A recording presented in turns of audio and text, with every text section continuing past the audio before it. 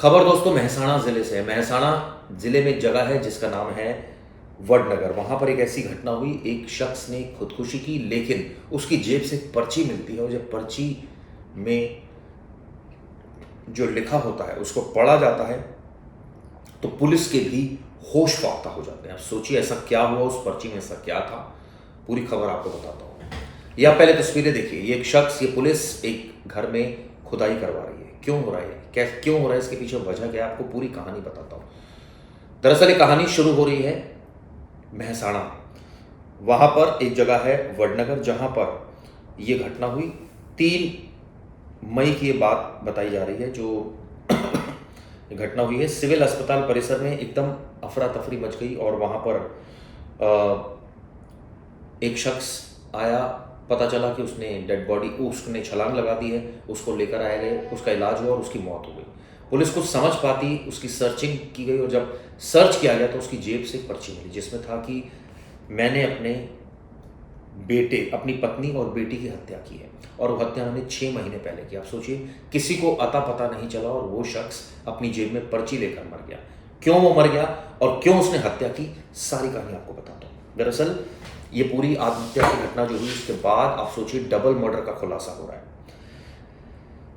गिरीश नाम है युवक का, जिसका नाम है गिरीश परमार। ये अपनी पत्नी के साथ वडनगर में घर में रहता था। इसी घर में सब कुछ ठीक ठाक चल रहा था। अचानक आप सोचिए 6 महीने पहले इसने अपनी पत्नी और बेटी की निर्मम तरीके से हत्या कर दी और सबूत को छिपाने के लिए उनकी जो लाश थी उनको दफना दिया। किसी ने कोई पता नहीं किया कि कहाँ गए। और आप सोचिए उसके बाद जब वडनगर के शाहपुर वड इलाके के एक मकान से पुलिस ने 2 कंकाल निकाले तो इस बात की पुष्टि हुई कि हाँ ये सच था। क्यों उसने मारा ये तो नहीं पता क्योंकि वो खुद ही मर गया, लेकिन उसने जो आप सोचिए पर्ची छोड़ी उसमें बहुत कुछ लिखा है, वो आपको बताता हूँ।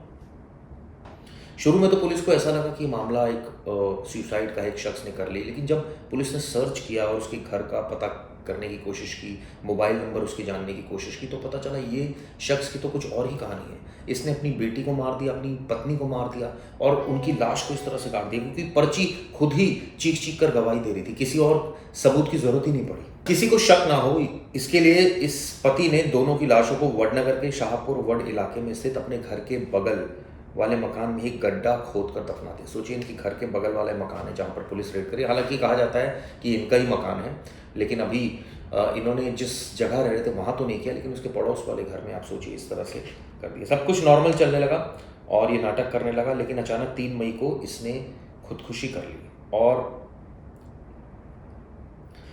एक जो उसने लेटर लिखा उसमें लिखा कि मैंने अपनी पत्नी और बेटी को मार दिया है, 6 महीने पहले मारा था, उनका जो शव है वहाँ पर दफना दिया गया था, उनको ढूंढ लीजिए। और उसके बाद जब पुलिस मौके पर पहुंची, आप सोचिए 2 मानव कंकाल मिले और इसके बाद पारिवारिक झगड़े के कारण ये हत्याकांड हुआ था। और इसके बाद आप सोचिए किस तरह से एक शख्स ने ये घिनौनी हरकत की। आप सोचिए अपनी पत्नी को मार डाला, अपनी बेटी को मार डाला और उनके शवों को बगल वाले घर में दफना दिया और कोई पूछने नहीं आ रहा है। ना तो जो उनकी पत्नी की जो मतलब इनकी जो सास है वो नहीं पूछ रही है, ससुर नहीं पूछ रहा है और बेटी के बारे में कोई वेयर अबाउट नहीं ले रहा है। सोचिए 6 महीने तक शांत रहे। तो मुझे वैसा ही मामला लग रहा है जैसे आपको याद होगा दिल्ली में जो हुआ था मेहरौली में श्रद्धा हत्याकांड, 6 महीने बाद उसका पता चलता। किसी को कोई भनक ही नहीं है कि क्या हो रहा था। तो आप सोचिए प्रारंभिक जो जानकारी मिल रही है उसके आधार पर ये कहा जाता है कि गिरीश का अपनी पत्नी से विवाद हुआ था। एक बाइट सामने आई है, वो मैं आपको पढ़ के सुनाता हूँ। तारीख 3 मई 2026, वडनगर स्थित सिविल अस्पताल में अफरा तफरी मच गई। अब इसको लेकर क्या कहा जा रहा है, रमन भाई योगी। घटना मतलब इस बहन का सब ठीक ही चल रहा था, लेकिन 10 दिन पहले इन लोगों का झगड़ा हुआ था, उसकी ननंद और बाकी सबके साथ। इसलिए मैंने आकर झगड़ा शांत करवा दिया था, लेकिन उसने बाद टेंशन हो गया। तो 1 हफ्ते बाद फ़ोन आया, 18 तारीख को फ़ोन आया कि यह गिरीश है। गिरीश ने ऐसा कहा कि तुम्हारी प्रियंका एक लड़की लेकर चली गई है। तो फिर तुरंत मैं 5 बजे आया। 3 बजे उसने मुझे फ़ोन किया था कि तुम्हारी प्रियंका चली गई। मैं दौड़ता दौड़ता वडनगर आया। वडनगर आया तो मैंने कहा कि भाई शिकायत दर्ज करवा दो। तो उसने कहा कि शिकायत नहीं करनी, वो तो आ जाएगी। फिर मैं घर चला गया 6 महीने बाद। आप सोचिए शिकायत तो उसने करने से मना कर दिया था, वो तो आ जाएगी, मुझे शिकायत करनी ही नहीं है। फिर 6 महीने बाद मुझे मेरे मन में ऐसा लगा कि बाद में इस लड़की का पिता मुझसे पूछेगा ना, किसी दिन से वो बाहर आएगा ना। आप सोचिए इस तरह की तमाम बातें कही हैं और उसके बाद इस बात का ज़िक्र सुसाइड नोट में भी है। यानी सवाल ये उठता है कि परिवार को कुछ भी अता पता नहीं चला इतने दिनों तक। आप सोचिए पहले पत्नी को मार दिया, बेटी को मार दिया, उसके बाद खुद क्यों मर गया, क्या आर्थिक रीज़न थे या इस डिप्रेशन में मर गया कि उसने अपनी बेटी को मार दिया, अपनी पत्नी को मार दिया। ये पता चला है शराब पीने का आदी था, ये भी पता चला है कि आर्थिक स्थिति कमज़ोर थी और ये भी पता चला है कुछ और वजह थी जिसकी वजह से परिवार में टेंशन थी। चलिए, आपको ये कहानी कैसी लगी बताइएगा।